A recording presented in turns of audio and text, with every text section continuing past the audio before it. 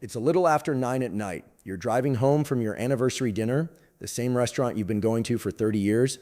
You had one glass of wine with your steak hours ago. You feel fine. You're going 40 and a 35, barely rolling. And then you see them, red and blue lights in your mirror.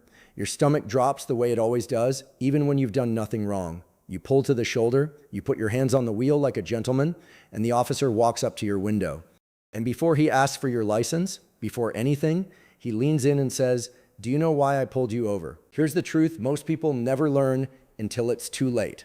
What you say in the next 3 seconds decides whether you drive home tonight with a warning you forget by Friday, or whether this turns into a criminal investigation that costs you your license, your record, and a chunk of your retirement savings you can never get back. And stay with me all the way to the end, because I'm going to give you the one sentence that has ended more of these roadside fishing expeditions for my clients than anything else I know. I'll hold it until you've earned it, but I promise you, it's the whole ball game. I'm Ethan Holloway, former prosecutor turned defender of the people. Let's get right into it. Now, here's what most folks say when they hear that question. They say, "Oh, I'm sorry, officer, was I going a little fast back there?" Or, "I don't know, did I roll through that stop sign?" They think they're being honest. They think cooperation earns them credit. They think the officer will pat them on the head and send them home. In 22 years of criminal defense work, I have watched more simple traffic tickets turn into full-blown criminal cases from the answer to this one question than from any other moment in the entire stop. So let me hand you the exact words first before I explain a single thing, because you came here for the words and you're going to get them right now. When the officer asks, "Do you know why I pulled you over?" here is what you say. Listen closely, then I'll say it again. "No, sir, I don't. But here's my license, registration, and insurance." That's it. That's the whole script. Let me say it one more time, slowly. "No, sir, I don't. But here's my license, registration, and insurance." Write that down. Say it with me at the kitchen table until it's automatic, because I'll explain in a minute why every single word of it protects you. But first, you need to understand what's really happening when he asks, because this is not a question, it's a technique. Think about it from the officer's side of the window. He already knows why he pulled you over. He watched you. He clocked you on radar. He saw the expired sticker. He does not need you to tell him what you did. So why is he asking? Because the question is designed to get you to say it out loud on body camera before you've even been accused of anything. At the police academy, they train this. It's a method of getting an admission that never feels like a confession. It just feels like polite conversation. And that is exactly what makes it one of the most dangerous questions a cop can ask you. So let's count them down. There are 4 traps hiding inside that one little question, and I'm going down to number 1 because number 1 is the one that catches even careful, decent people. Trap number 4 is the simplest. It's the confession trap. He asks, "Do you know why I pulled you over?" And you say, "Maybe I was going a little fast." Congratulations, you just confessed to speeding on camera before he wrote a single word. And here's what most people don't realize. He pulled you over for 40 in a 35. That's a minor ticket. But the moment you say, "Yeah, I was going a little fast," you have wiped out your own defense.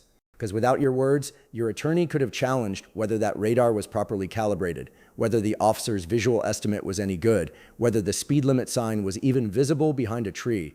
All of that gone. He doesn't need the radar records anymore. He has your voice. Your honest little sentence becomes a line in the report that reads, "Driver admitted to exceeding the posted speed limit." And you say, "Well, that's not what I meant." Doesn't matter. You said it. It's recorded. It's your word against his, and you handed him the win. But that's only the mild one, because trap number 3 is where a simple ticket becomes a criminal case.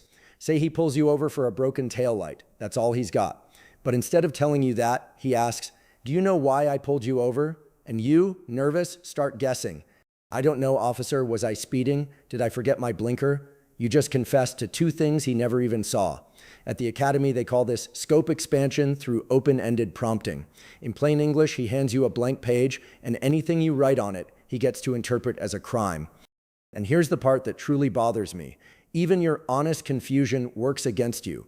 Your nervous guessing gets written up as "driver appeared uncertain and anxious, unable to explain the stop, consistent with indicators of impairment." You're not impaired. You're a 70-year-old man who got startled by flashing lights. But on his checklist, nervous looks exactly like impaired. Now here's where this stops being about one tail light. What I'm about to show you is the difference between a citation you pay and forget and a criminal charge that follows you into your retirement in front of your family and your whole community. Don't go anywhere. Trap number 2 is the upgrade trap. Say you really were going 15 over. He clocks you, he's got it. But he still asks, do you know why I pulled you over? And you say, I get it, officer, I was going way too fast. You just gave him permission to upgrade your charge. Because there is a legal canyon between ordinary speeding and reckless driving, which means a conscious disregard for the safety of others. And in states like Texas, reckless driving is not a ticket. It is an arrestable offense. County court, big fines, a lawyer, or a cell. All because you editorialized way too fast. Those 2 extra words moved you from traffic court to criminal court. And trap number 1, the one that catches even careful people, is the volunteered intelligence trap. Sometimes the officer doesn't even have a solid reason. Maybe your car loosely matches a be on the lookout. Maybe your tire brushed the white line on a wide turn.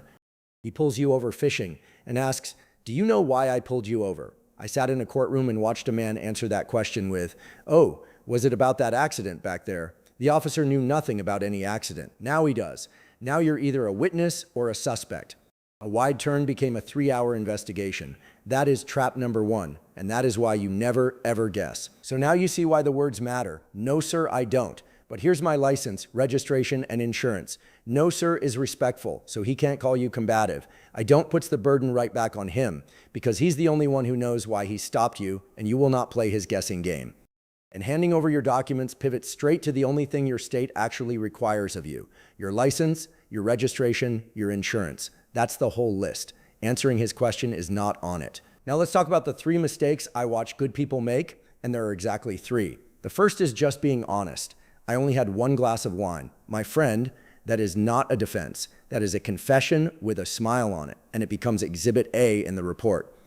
The second mistake is being silent without invoking.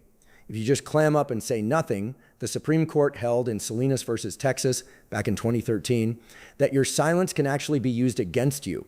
You have to say the words out loud to be protected. And the third mistake is consenting to a search. When he asks, you don't mind if I take a look, you say, I do not consent to searches.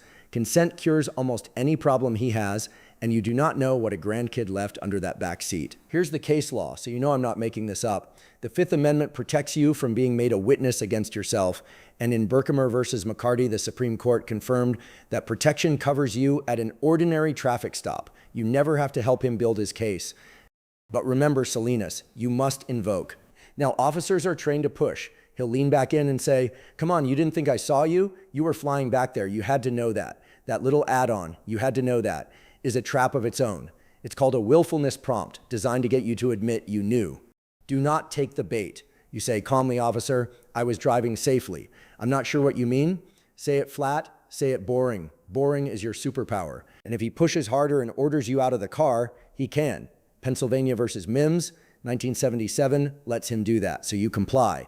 But as you step out, you press the lock button and you shut the door. You keep your keys in your pocket. And now, here is the sentence I promised you at the very beginning, the one that ends the fishing trip. Here it is. Officer, I exercise my right to remain silent. I do not consent to any searches, and I will not answer any further questions until my attorney is present. Say it once, and you are done. Let me give it to you one more time, slowly. Officer, I exercise my right to remain silent. I do not consent to any searches, and I will not answer any further questions until my attorney is present. And understand this, you will never win a physical fight with a police officer on the side of the road. If he searches anyway after you've refused, you let him, and you say clearly, I am not resisting, but I do not consent to this search. Do not run, do not fight. A jury trial is a popularity contest, and I want you looking calm and decent on that camera and the officer looking unreasonable, not the other way around. The fight is never on the roadside. The fight is in court. So let's put the whole plan in your pocket before you go. When he asks, do you know why I pulled you over? You say, no, sir, I don't, but here's my license, registration, and insurance. When he pushes, you say, officer, I was driving safely. I'm not sure what you mean. When he asks to search, you say, I do not consent to searches. And if he keeps going, you give him the one sentence. Officer, I exercise my right to remain silent. I do not consent to any searches, and I will not answer any further questions until my attorney is present. And if you remember nothing else from today, remember this. Never guess. Never guess. The moment you guess, you're doing his job for him. Be polite, but be silent. The less you say, the more you are protected. And that's how the stop ends. He runs your license, he hands it back, maybe he writes the ticket, maybe he doesn't, and you drive home to your own bed. The whole thing becomes a story you tell over breakfast. That is the win. If this was worth your time, do me a favor and hit subscribe. It genuinely helps me reach the next person before they make these mistakes. And leave me a comment because I read them every morning with my coffee. Tell me, has this ever happened to you or to one of your kids or grandkids? I'd like to hear it. But here's the next question. What if he says, I think I smell alcohol, blow into this breathalyzer, or go to jail? In my next video, I break down the exact words to use when a cop tries to force you to blow. That half hour decides everything. See you over there. Most importantly, and I believe this with my whole heart, always plead the fifth.